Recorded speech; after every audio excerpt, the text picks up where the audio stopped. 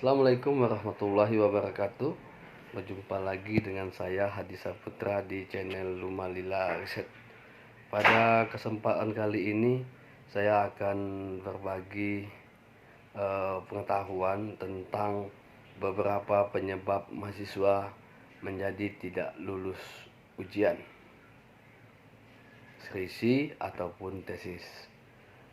Namun sebelum saya mulai lebih lanjut, mohon dukungannya untuk like, untuk subscribe channel saya agar dapat terus berbagi pengetahuan dan berkembang, sehingga dapat terus berbagi pengetahuan kepada kawan-kawan mahasiswa di seluruh Indonesia. Dalam membuat skripsi, baik itu tesis, ada beberapa penyebab fatal yang menjadikan mahasiswa bisa tidak lulus ujian sidang. Yang pertama adalah kesalahan mengambil grand teori. Teori dasar Anda, teori yang Anda gunakan sebagai dimensi, sebagai aspek penelitian. Itu Anda harus jelas karena mengapa. Kedua, kesalahan menentukan populasi dan sampel. Dan ketiga adalah kesalahan menentukan jumlah sampel atau kekurangan jumlah sampel sesuai dengan ketentuan atau rumus apa yang kita gunakan. Karena mengapa? Jika grand teori kita salah, teori yang kita gunakan salah, misal kita menggunakan teori pemberdayaan. Pemberdayaan itu harus kuat, dimensinya apa, aspeknya apa. Apabila salah, tentu akan berefek ke kesalahan di bab definisi operasional, kesalahan hasil penelitian, pembahasan sampai dengan kesimpulan. Begitu juga dengan populasi sampel. Kesalahan populasi berarti kesalahan juga kepada hasil penelitian Anda, dan kesalahan jumlah sampel juga Anda harus hati-hati sekali yang di sini. Mengapa?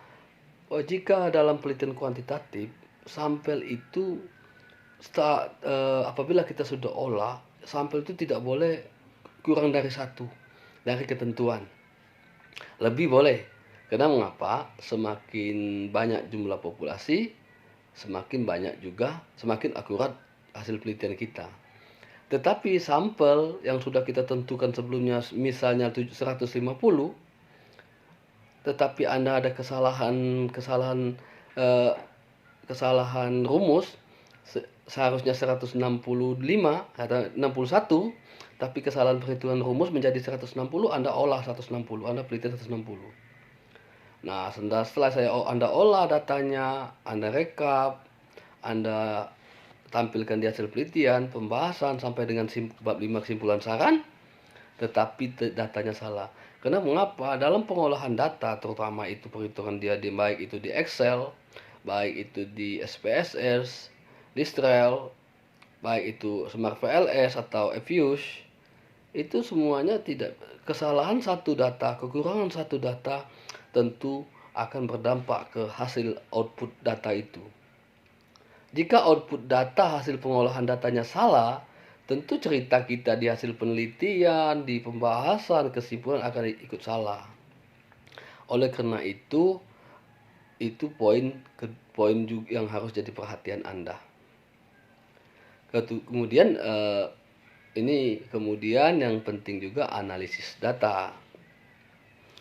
Apa ya rumus Anda gunakan? Metode Anda apa? Rumus yang digunakan apa? Jadi ini harus jelas sesuai dengan tujuan penelitian. Tapi prinsipnya sebuah penelitian itu yang benar, dia adalah konsisten. Jadi Anda harus perhatikan konsisten. Dari judul, ke rumusan masalah, ke tujuan, grand teori yang digunakan, jenis penelitian, operasional parabel, sampel, analisis data, hasil penelitian, pembahasan, kesimpulan, dan saran. Itu harus konsisten semuanya. Itu penyebab kedua. Ada satu penyebab lagi yang biasanya sepele, menyebabkan mahasiswa tidak lulus. Ini sepele, tapi sederhana, tetapi dosen kadang tidak mau meluluskan. Misal Anda meneliti tentang pemberdayaan, variabel Anda pemberdayaan. Sebelum sidang, dosennya nanya, apa itu pemberdayaan? Anda tidak bisa menjawabnya. Padahal Anda meneliti tentang pemberdayaan. Anda sudah buat judul, buat proposal 1, 2, 3, sudah seminar, sudah penelitian, bahkan sudah membahas sampai ke saran. Tetapi Anda ditanya satu pertanyaan saja, apa itu pemberdayaan, Anda tidak tahu. Artinya, dosen menyimpulkan Anda tidak belajar, Anda sangat meremehkan sekali. Sehingga dosen tidak mau meluluskan Anda. Itu penyebab yang ketiga ya. Kemudian ada penyebab lagi yang bisa juga menjadi dosen tidak mau meluluskan adalah data yang palsu. Data yang palsu, kemudian penulisan sumber yang palsu. Itu harus Anda perhatikan. Jangan sampai Anda, ya kalau tidak ketahuan sih tidak apa-apa. Ini yang fatal ya. Fatal bisa menyebabkan tidak lulus. Tetapi yang kalau data pustaka, sumber tadi ya kalau tidak ketahuan aman. Tetapi kalau grand teori salah, terus kedua populasinya salah, sampelnya salah, ya kan? Terus apa itu pemberdayaan Anda tadi tidak tahu, teori ditanya tentang pengertian variabel Anda tidak tahu, itu sangat dia tampak, sudah pasti ketahuan. Di saat dosen menguji, pasti dia akan melihat teori siapa yang Anda gunakan. Kemudian dia akan melihat berapa populasi Anda, berapa sampel Anda. Tentu akan dia perhatikan di situ. Jika Anda ketahui dia bersalah, ada ketahuan salah, dia tahu salah grand teori Anda, salah sampel Anda, tentu sangat fatal sekali. Jadi dia kadang-kala tidak bisa meluluskan Anda.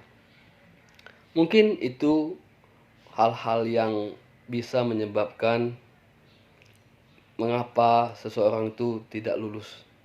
Jadi semoga informasi ini dapat memberikan manfaat kepada kawan-kawan semua. Tapi pesan saya sebelum saya tutup, dalam membuat skripsi, tesis yang benar adalah konsisten dari tujuan sampai dengan kesimpulan. Tujuan, rumusan masalah, tujuan, grand teorinya siapa, aspeknya apa, ya kan?